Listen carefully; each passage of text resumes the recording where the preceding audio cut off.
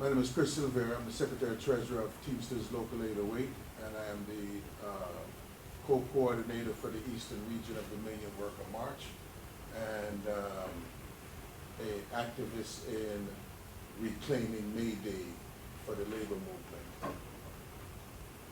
And that's what I'm struggling to keep people from losing their job on a daily basis. But I can see the synergy between what's happening in Haiti, what's happening in Jamaica, what's happening in the Caribbean, what's happening in Africa, and you can transmit that to the labor movement, because the same relationships in terms of the type of leadership that we have that's heading up these unions now, and the unwillingness to take up legitimate struggle. You know what I'm saying? You see it in the new or the extended version of the civil rights struggle, in which we wanted to have a march here and a march there.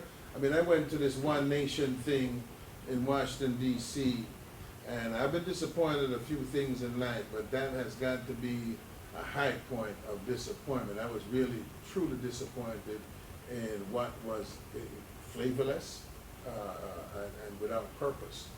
And we need to build outward. I think that the Jamaicans here, the Haitians here, need to become more active in what's happening back home. And I was just talking to a young brother, and he has taken on the role of an exploiter himself, because he has some ducats and he can go back home and meet some women who he probably wouldn't normally have been able to talk to. You know what I'm saying? And he has become a part of the exploitation that takes place and supports it. It's in the most minimal way, because you know, it's just, but the behavior becomes a way of life. It's happening in Jamaica, where people go back home, and you know, we have these $20 US in our pocket, and we flash it in front of 3 girls, and we're actually turning them into young prostitutes. This is a big problem in Haiti too. It's huge. Yep. It's a dilemma. In Africa, they're doing the same thing. You see the relationships between those gentlemen who have some money and the younger women who are working in textile factories, who are not making that take-home money. And you want to have sex with me? Yes, I do. But could you wear a condom? Well, you want me to help you pay the rent. The condom is a done thing. The spread of AIDS, you know what I'm saying? So what do we of consciousness do? What do we that have some minimal leverage? I don't want to say I don't think we have too much leverage, but some minimal leverage. How do we apply that leverage to begin to reverse and address what is a definitively negative issue? I want to believe that we have the economic wherewithal as people from the Caribbean to start to find ways to generate the type of money that would allow countries to start to ease themselves off of this IMF drug, because it's a drug. You know, when you go in and the pilots of Air Jamaica wanted to buy Air Jamaica, and the IMF said no, that ain't gonna happen. You know, so you have, so I don't just want your money back. See, so I don't want 300 million. I want to make sure you don't own this. You know, I want to make sure you are not the master, mistress of your own destiny. You will always come to see me. And the question becomes, how do we solve the problem? How do we go about as people in the diaspora? How do we begin to build the infrastructure that changes the game? I think the first thing we have to do is develop alternative economic paradigms that are functional. We have to do the hard work of doing the intellectual research first to say what worked for us. For example, I've been saying for years something they've tried in Trinidad and a few other West Indian countries. Why do we not have a cooperative economic system based in Haiti? When we have all this land and you have all this agriculture, the most logical thing to do is have cooperative farming. You have cooperative farming, you share the ownership of the land, the resources, the profit. Why can't you have cooperative businesses where the profits and revenues and ownership is shared 1/3 for the private sector, 1/3 for the government, and 1/3 for the population and the populace? I mean, I don't think this is complicated. I'm a lawyer, not an economist. It doesn't strike me as being rocket science, you know. But the thing is, though, when you propose this to these parasites, they look at you like you're crazy. What are you talking about? Socialism? What's wrong with you? Are you out of your mind? You must be kidding me. What are you thinking about here? Are you some kind of leftist there? You pinko? Yeah, but there's a fear there, and that's a legitimate fear that grows out of the experiences since 1915. In fact, since earlier, because we could go back probably to 1872 with the invasions in the Far East, Philippines. That fear is that this colonizing power, and in the case of Haiti and Jamaica, that colonizing power is in your door. Yeah. It's right next door. I mean, it's this powerful government which will do anything. How do we know? Because we look at what happened in Jamaica, the Reagan era is coming forward. We look at what happened in Haiti across time. When we look at the Dominican Republic, when we look at Panama, where we even take up the president and throw him in the jail. I don't know if the man ever get out. When we look at this powerful enemy next door, and then we look at the enemy within, which we all talk about. Yes. You've been talking about it at the lower people level, but that real enemy is that brother and that sister, probably more brother than sister, who is the elite. Yeah. And for Haiti, that has been elite since the assassination of Dessalines. In Kingston, Jamaica, there are more Range Rovers per capita than Westchester County. I can believe it. I can believe it. I can believe it. You ride around Kingston, I'm not talking about BMW X5 and X6. I'm not talking about the Mercedes. I'm not talking about the Jaguar. I'm talking about one car, the Range Rover. There are more Range Rovers in Kingston per capita in terms of who can afford it. Yes. And it's more expensive, right? Because there's a gas guzzler tax and a few other things that they apply. When I went to the automobile company that imports Range Rover to Jamaica, I had an event, and I asked the guy, I says, how much is a Range Rover in Jamaica? And he says, how much is it in the U.S.? And I said, about 90,000. He says, multiply by 3. Right? So think of somebody that can go in, and they're not taking out loans to buy these vehicles. They can afford to drop cash, right? So that in Jamaica, they have somewhere in the late 70s, the squeeze of the so-called middle class, that small businessman, good job, whatever, and the squeeze started, and you either pop up or went down. And in neighborhoods that used to be upscale, Havendale and Meadowbrook, they fell by the wayside. You had to move further and further up the hill. Security is the biggest business right now in Kingston. Security, these security firms, every place you go, there's armed guards. Everybody got burglar bars up. They have a situation right now where you can buy the service that when you come home, if you're coming home late, you call the security firm and says, listen, I'm getting home at 9 o'clock. And they'll have a security person that goes to your house, does a perimeter check, make sure you all right, you're going in right now, nobody hit the key in there. That's driven by poverty. And you talk about the ecology of it. They have a place in Jamaica called the Great Morass, where they it's either shrimp or crayfish. I think it's crayfish. Huge, just like the Louisiana swamp. I mean, it's not that big in terms of country, small, but poverty drives them to take the baby crayfish and cook them too. There is no thing that says the crayfish has to be 3 inches long and so forth. And when I go there and I look at that bag, I tell them, I ain't buying that, man.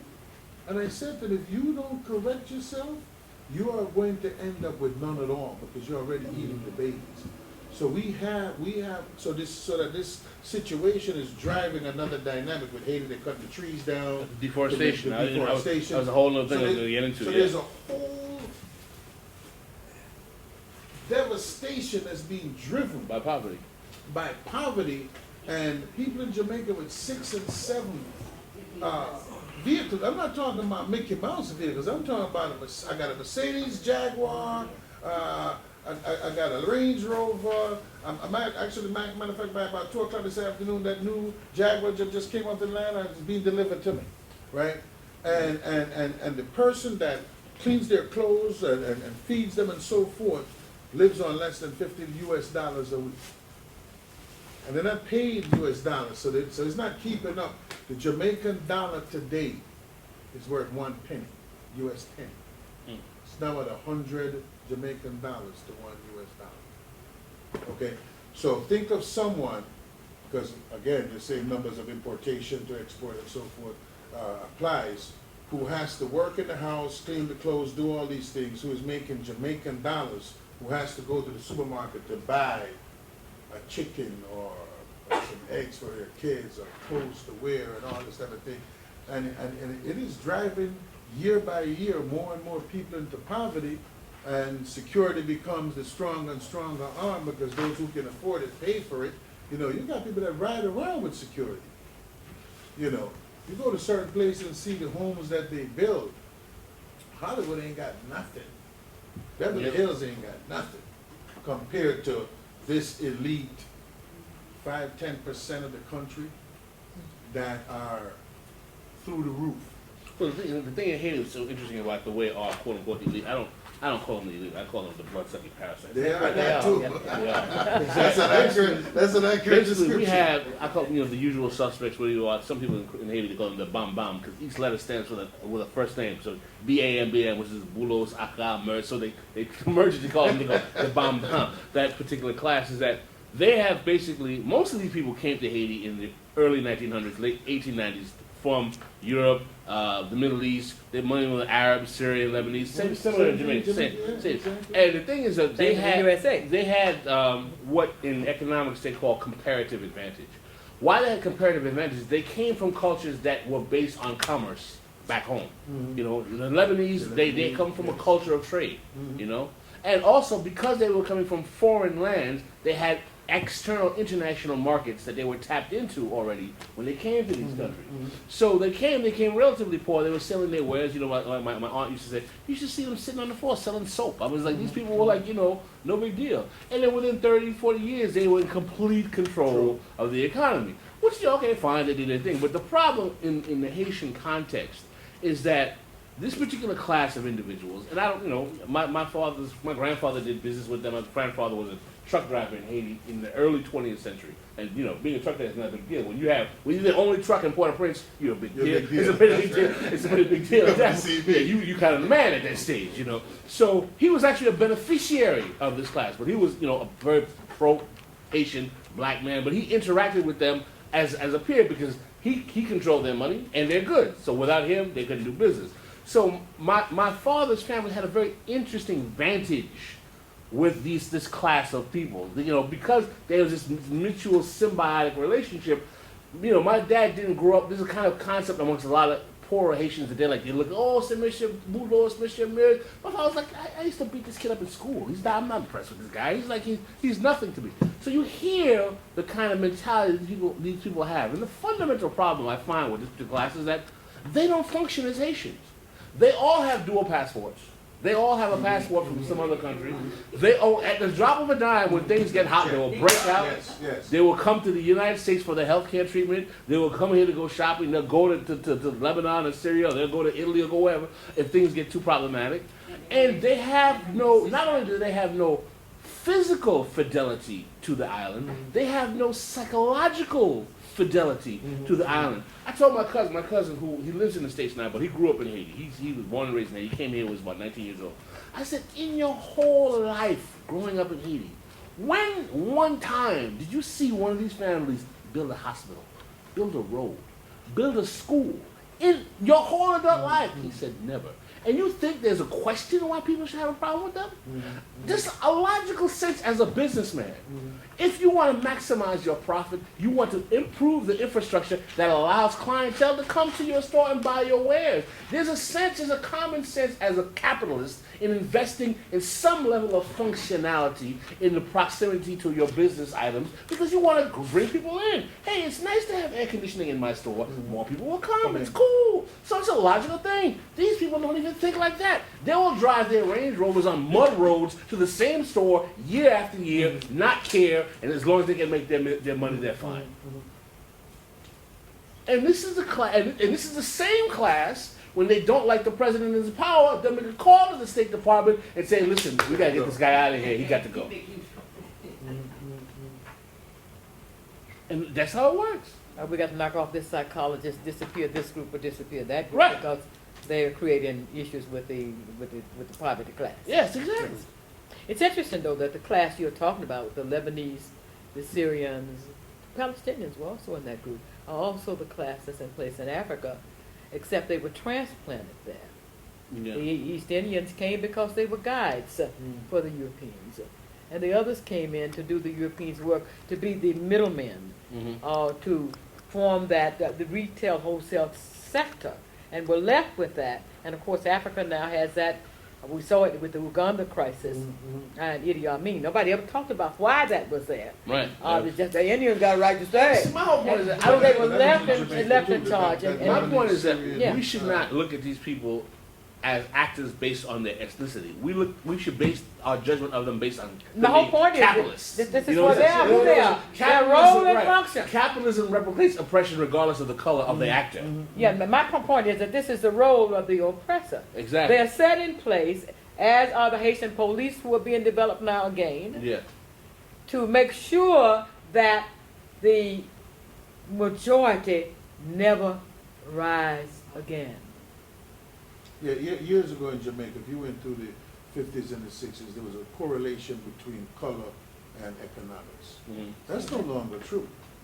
So you have a person as black as the ace of spades, for lack of a better phraseology, who has that wealth, who functions no differently Of course, exactly. than the colonial Right. master who It's left. true here- who it's true treats- here also, The yeah. treats that made that gardener probably With more content. with more contempt, even more than Yeah. the European did. I say all the It's time. most abhorrent. The most to watch. beautiful thing about neoliberalism is it takes brown-skinned folk and makes them just better oppressors as they did the white folk. I mean, I think Obama's a perfect example of that, but that's me. Well, I didn't mean- Don't mean to digress. Yes. Don't mean to It's digress. going to allow. It's Did going I to say allow. that? No, Was no, that you said me? it right. Was that me? My argument is going to allow America to start to deal with class above race. Of course, of course. Like in Haiti, So we have, we have joining us now, and just do a short introduction of yourself for our audience here and our viewing audience, and then we continue the terrific conversation.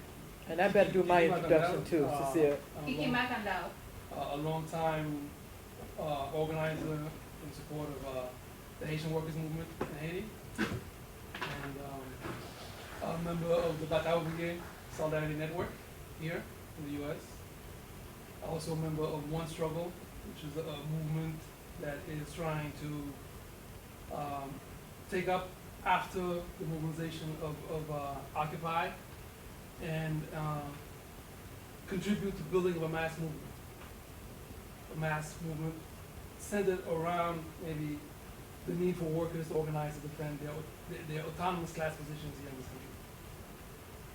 But I just wanted to pitch in right quick and talk about.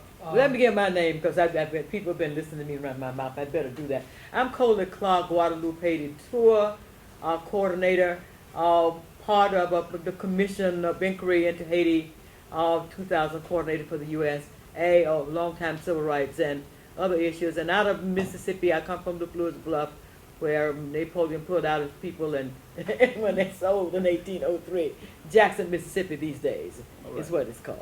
Right. But yeah, so now please. I just want to pitch in, talking about race relations and class relations. In Haiti, there's a proverb that says, "Negriche, c'est du lac," Yes. meaning that a rich black person is a mulatto. Just that to show you that in terms of class relations, because coming out of the whole slave revolutions in Haiti, you had a class structure that was set up where the class that was doing most of the trade, import-export trade, was a lot of them were foreigners who could like circumvent the embargo of Haiti at the time and stuff like that. So you had the implantation of Haiti of not only the Syrians that came later. Right, there's an antiquated version as well. Yeah, but there's an antiquated version of that. And when this class actually married into The traditional bourgeois. yeah, they formed this mulatto elite, the so-called comprador bourgeoisie Yeah.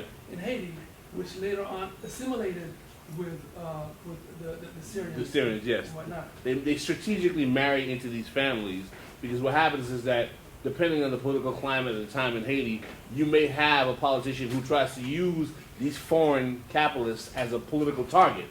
So in order to neutralize that ability, they would marry into the old line mulatto bourgeois families to give them a kind of political cover from being able to kind of point it out. And they're like, these foreigners are the problem. It's like, no, I'm married to, Mademoiselle such and such, or Madame such and such. It's like, no, I'm just as Haitian as you are. And they had to marry you to have to be able to own land in Haiti. Right, that was the key also. That's a good point you just brought up. That because until the Haitian Constitution was changed, and it was Frederick Roosevelt who changed the Constitution, you had to be Haitian to own land. So they would have to marry in to these families to be able to buy property and land as well. That's a very good point you brought up as well, yes.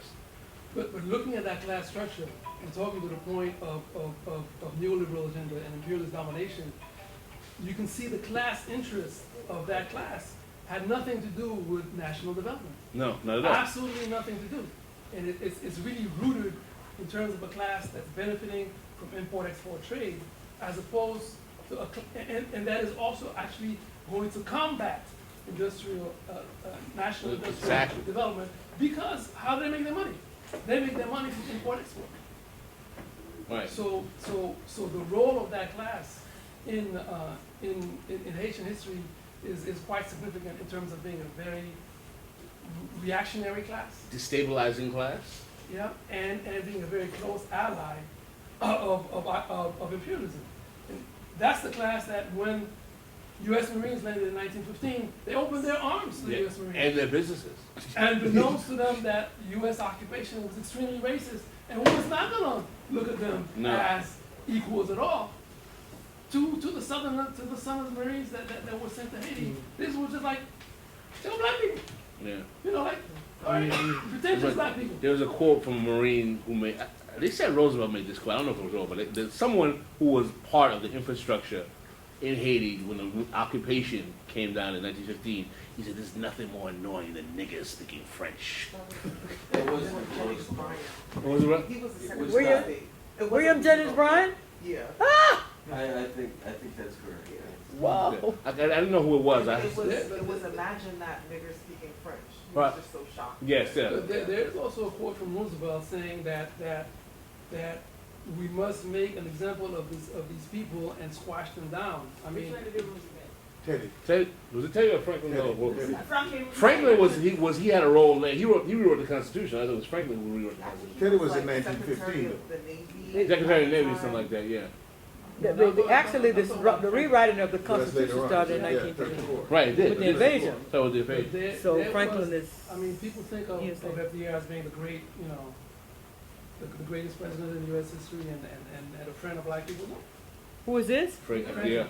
Oh no, Franklin Delano Roosevelt was very clear that black folks If this- had nothing. The if you New read- Deal listen, if had you read nothing to do with The black book to folks. read is When Affirmative Action Was Right by Ira Katznelson. Yeah. Talks about how the New Deal and the GI Bill and all that basically bypassed 65% of the African American community. Because a lot of people don't know this, African Americans did not start benefiting from Social Security until 1959 because you could not be a farm worker or domestic and get Social Security. That was 65% of African American labor. So from 1935 until 1959, if you were black and you worked in those two fields, you were not collecting Social Security. Yeah, and Ronald Reagan didn't get the message, and so when he assaulted Social Security, remember in the 80s, when he was coming to power, he thought he was getting rid of some black folk, discovered he was getting rid of white folk. Yeah. They turned it around overnight.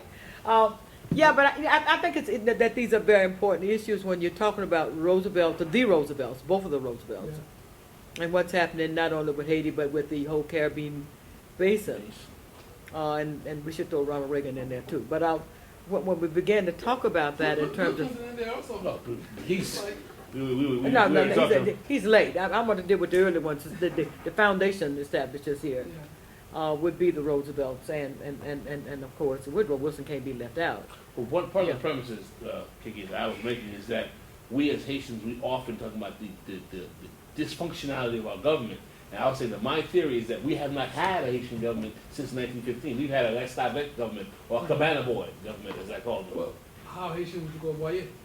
Well, Wyatt was the guy who agreed to pay the French the reparations of 150 million franc.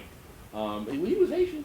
He was. I mean, but the thing is, though, he served. That was one of the first instances of the Haitian ruling classes selling out. Well, the thing is, though, here's the question: was he Because selling that- out, or was he afraid that he had no military option? Well, there were 11 ships that laid siege. I think it was Cape Haitian. at the Yeah, time. yeah, it came down. And these ships had French soldiers in there that was like sick, and the French bluffed. And Yeah. he brought them to the bluff, and he agreed to pay France an indemnity of 150 million francs. That was later negotiated down to 90 million. Yeah, but worth several times the gross domestic 10 product times. of Haiti at the time. So that was right then and there, the ruling classes of a country accepting to indebt that country and perpetuate the For same system. 122 years. Yeah, the same system of exploitation, the draining of the production of that country back to colonial imperialist powers. Mhm. So I think the reactionary nature of ruling classes in Haiti is very tied to what you see, to the economic degradation and extreme poverty that people can see today in Haiti. But I think Because we, these ruling classes sold out to just to Yeah. preserve their own That's little true. interests. well, you know, we got to remember that America and Britain are also players Oh, with yeah. France at this moment. So there is a military consideration here when you got three giants There is, at your door. yeah, there is. I And mean, all of them with histories of not lacking anything about you or anything about Right. people that look like you or anybody that's trying to stand up and for plus, one point liberty that I and made freedom. is that since Haiti was very responsible in terms of helping Simon Bolivar get liberated and then started the Mhm. Monroe Doctrine, which protected South America, Yeah. they did not apply that to Haiti. They did Exactly. not. If they had applied, if they allowed that doctrine to protect Haiti the way it protected all those other newly liberated countries, we wouldn't even have had to worry about France Yeah. at all. You know, Exactly. so that was a clear example of pure U.S. foreign policy racism, point blank. Yeah, but Haiti's dilemma, without question, continues, is perpetual, is really stemming from what happened in 1804. Absolutely. And my sense is, absent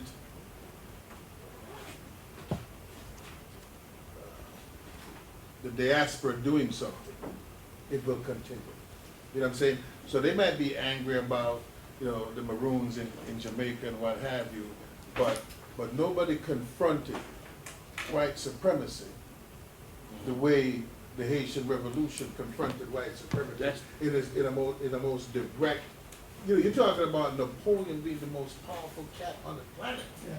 being defeated by a ragtag army in Haiti. I mean, It's an embarrassing moment. listen, it's like the Miami Heat getting beat by the Knicks. Well, let me say, I don't like to concentrate on Napoleon because I don't concentrate on Napoleon because to me he's so inconsequential. I said, well, you know, one thing we would never talk about is what's Haiti. We defeated the Spanish, the British, and the French. Yeah. And back the U.S. out. We knocked out all three of the most powerful empires. But these in are the the world. same generals that sold out 20 years later. Yes, that is true. These are the same generals that sold out 20 years later. Well, they conspired to kill Dessalines. So that's another thing. It started even before 20 years later. Yeah. It started from the beginning. And you know why they killed Dessalines, right? Because he wanted to do land reform. Because he wanted to give the peasants land. They were like, well, you're going to take my land, you're going to give it to these ragtag Negroes? You got to be crazy. You got to go. But that's the Well, same that's reason what- why that's what Michael Manley ran Toussaint to. Louise. Yeah. Yeah, that's true. That's right.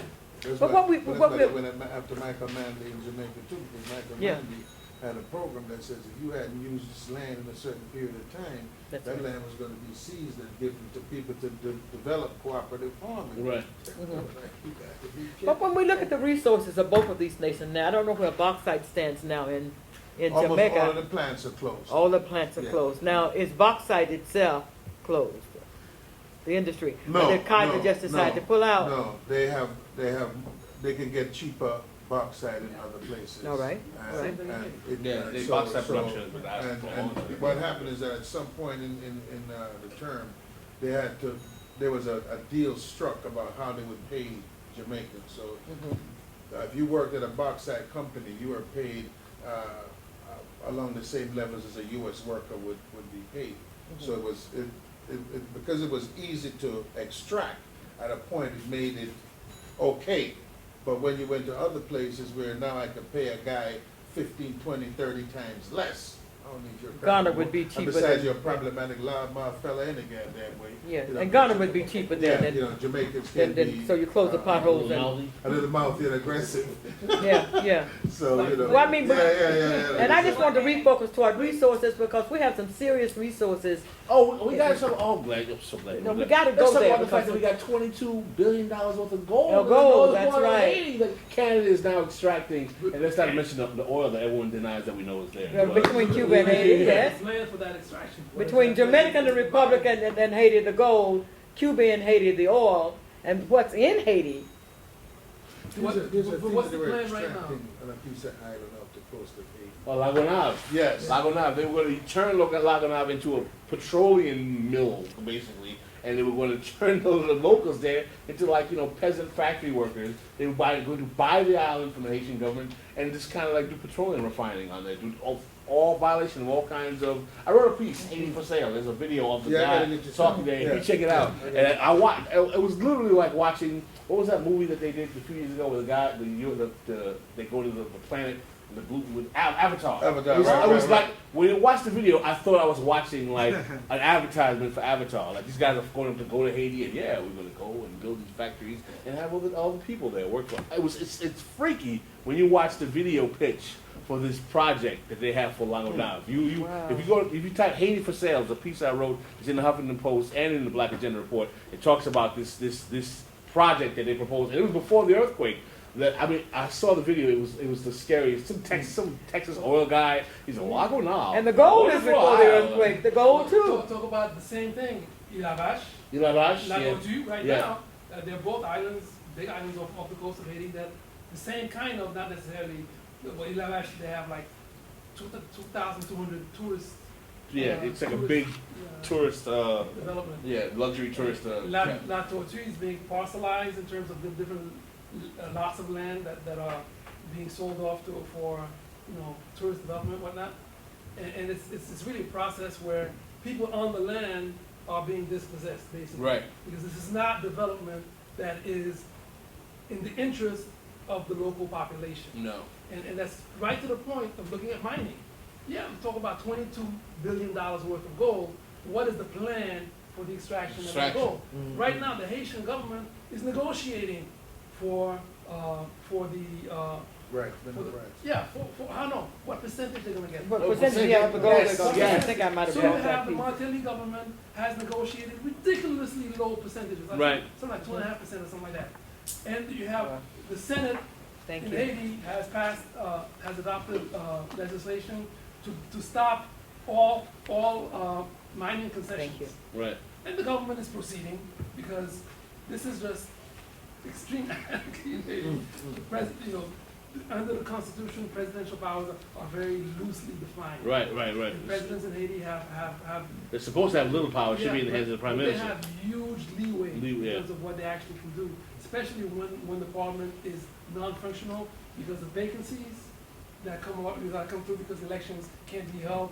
That- Exactly. And the president actually holds back on these elections because it's in his interest. When the parliament doesn't have full. Yeah, this is full the '87 quorum, convention, which is the the Constitution, president which is just a rules by decree. yeah. But basically, right now, there's a struggle in the politicians. Which group is going to come out with the biggest percentage of this mining exploitation? Yeah. But in the whole process, whatever happens, the people who are going to work in the mines are going to get paid slave wages because the Haitian minimum wage right now is sub-subsistence level. So people working in those mines are just going to work like wage slaves. They're going to rape the land until they get everything out of it. Who's going to make money? The foreign corporations and their business associates that through the government. Basically, what I was saying And whoever earlier. is in government is going to do the same thing. Well, basically what I'm saying is that the economic paradigm for Haiti is basically sweatshops and tourism. So basically that's it. Or mining or some kind of natural resource extraction in a sweatshop kind of labor capacity. That's the Or- neoliberal model. Is Yeah. there any conversation about reclaiming the land after the mining process. has Oh, this comes back to what we were talking about before, about one of the problems I think we have, particularly with many Haitians in the diaspora, is that there's a lack of fidelity to the national origins of what Haiti represents as a country, because so many of us are just happy with a paycheck and our nice cars. Or something. My uncle says,